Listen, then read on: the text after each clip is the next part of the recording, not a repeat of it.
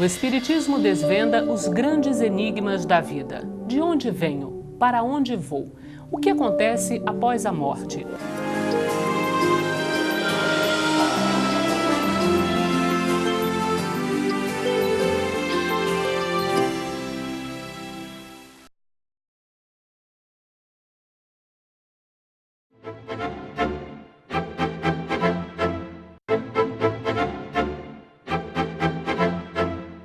Olá, começa agora o programa Transição, a visão espírita para um novo tempo. Hoje o nosso convidado muito especial é o Milton Felipelli, querido amigo, comunicador da Rede Boa Nova de Rádio, que vai responder aqui para nós alguns temas mais solicitados, mais do dia a dia que são feitos, não é, Milton? Isso mesmo, muito obrigado pelo convite. Viu? Eu que agradeço a tua presença, o teu carinho. E a primeira pergunta que as pessoas te fazem muito é que percebem nas suas casas seres invisíveis que as observam muito. O que você tem a dizer para essas pessoas, Milton? Bom, primeiro eu digo assim, ó, seres invisíveis são espíritos, poderão ser espíritos. A gente não pode confirmar isso, afirmar levianamente que são. Por vezes a pessoa está pensando que existem, são coisas da imaginação. Sim. Então, situando o assunto da imaginação, principalmente voltado se a pessoa gosta muito de filmes e são pessoas sugestionáveis, ficam impressionadas com o que elas assistem, então elas criam na imaginação essas ideias de que estão sendo observadas por seres invisíveis, que são espíritos. Mas eu tenho uma notícia para dar, que com toda certeza em toda casa existem muitos espíritos, porque eles estão fazendo parte da nossa vida diária, desencarnam e ficam no nosso meio, estou falando conforme está lá no Livro dos Espíritos, fazendo parte ativa da nossa vida. Então, considerando o fato de que o Espiritismo diz que nós nos ligamos aos espíritos pelos pensamentos, eu faço a seguinte pergunta: quantos pensamentos nós temos num dia? Será possível quantificar? Eu sei que são muitos. Se são muitos, eu posso admitir que em cada pensamento eu me ligo a um ou mais espíritos, me parece razoável falar assim. Sim. Então eu formo uma rede diária de ligações com os espíritos. Então, em tom de brincadeira, e exclusivamente em tom de brincadeira, eu costumo dizer que nós somos acompanhados, no mínimo, de 30 espíritos a todo momento.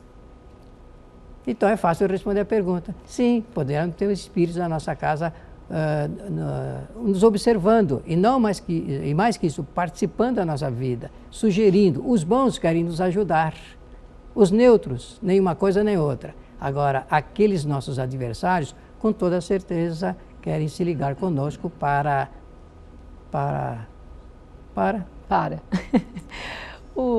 Inclusive, isso remete a uma pergunta do Livro dos Espíritos, que Allan Kardec faz a pergunta se os espíritos interferem na nossa vida, e a resposta dos espíritos, muito mais. É a pergunta 932 do Livro dos Espíritos.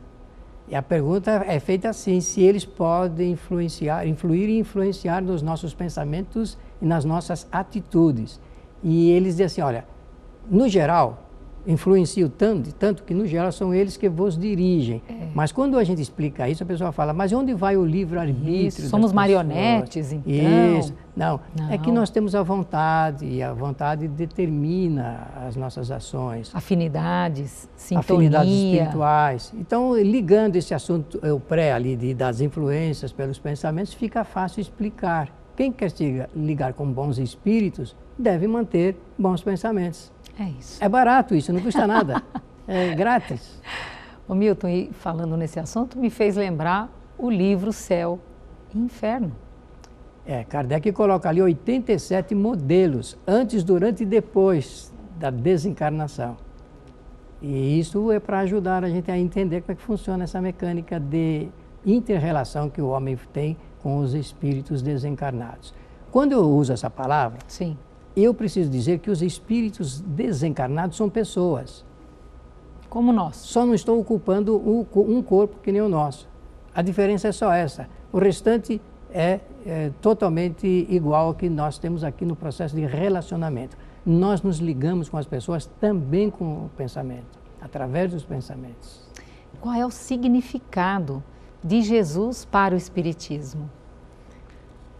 Allan Kardec, ele entendeu que deveria fazer uma pergunta surpreendente para os espíritos na época em que ele estava realizando o trabalho da codificação.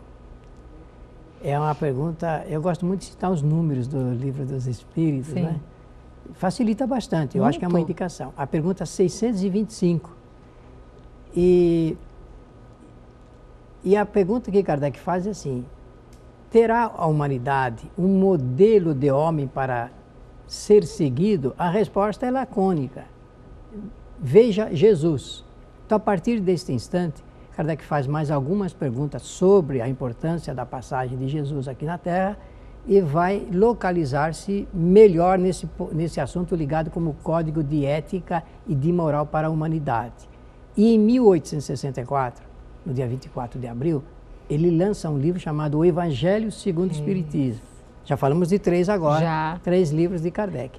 O Evangelho segundo o Espiritismo. É o quarto. Que vem a ser, o quarto, né? Que falamos do Céu e Inferno também. A referência maior para como o Espiritismo vê a caracterização do trabalho de Jesus perante a humanidade.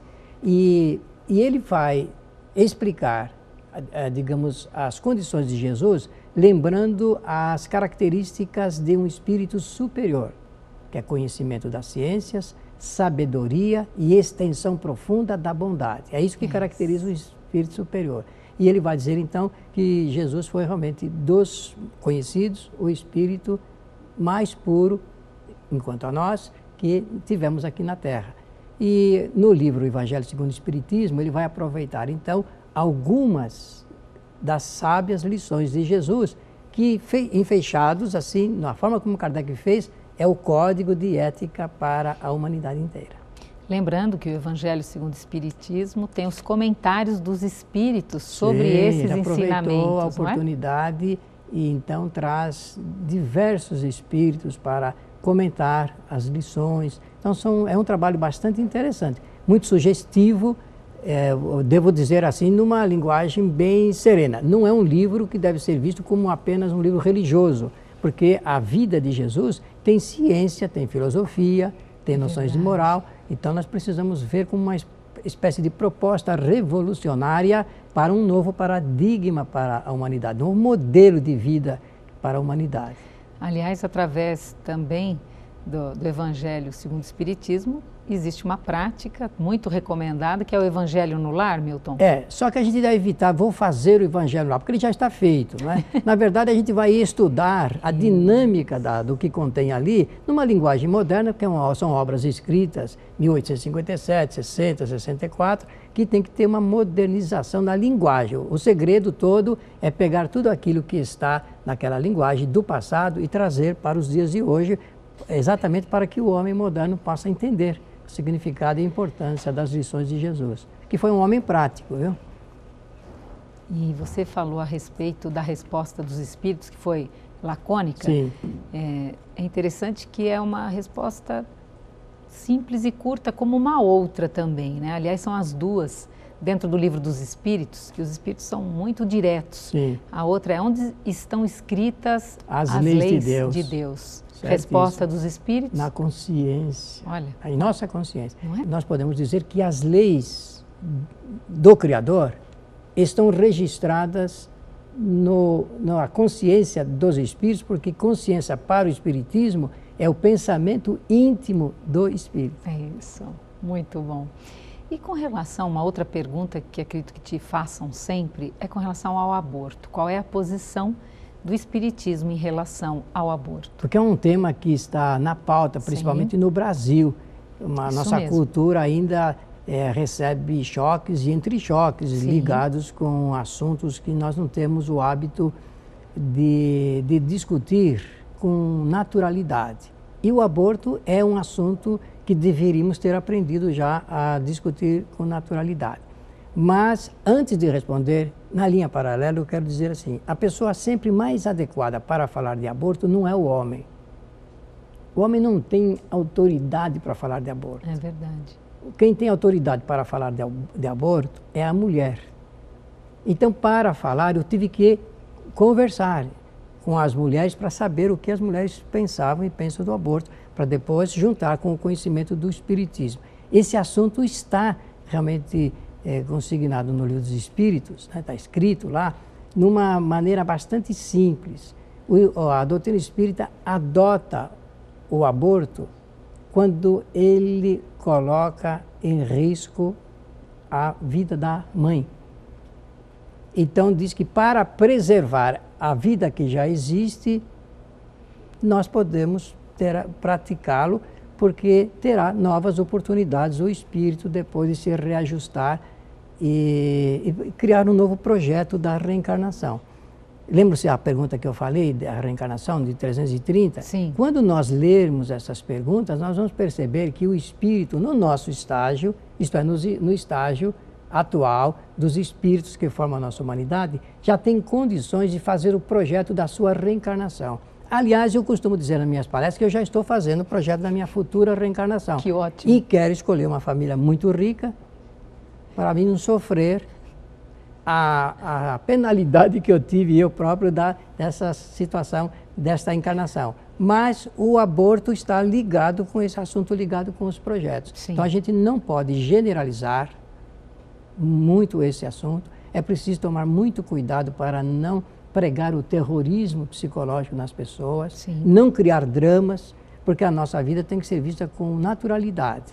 E novas oportunidades sempre existem para que o espírito possa se reajustar. Seria da nossa parte uma ignorância muito grande atribuir ao Criador a falta de critérios para suprir essas necessidades sem criar esses dramas que o homem cria. Outra pergunta que costumam te fazer é: quero me livrar de espíritos perturbadores. Mas isso diariamente me perguntam. Como devo proceder para me livrar dos perturbadores? Então as pessoas perguntam isso porque acham que a gente pode tirar os espíritos perturbadores da sua vida. Isso não é possível. Tirar não, afastar também não. Não é assim que funciona, né? Seria muito simples se a gente pudesse fazer isso e tornar mais fácil a vida de uma pessoa. Entretanto, existe o seguinte: qual é a razão que leva um espírito a perturbar outro? Quem é que cria isso? É o chamado perturbador ou é o perturbado? Eu entendo, conforme eu disse lá atrás, que nós atraímos os espíritos através dos nossos pensamentos. Sim. Entendo também que eles se ligam a nós por laços de afinidade, de existência de outras encarnações e também desta.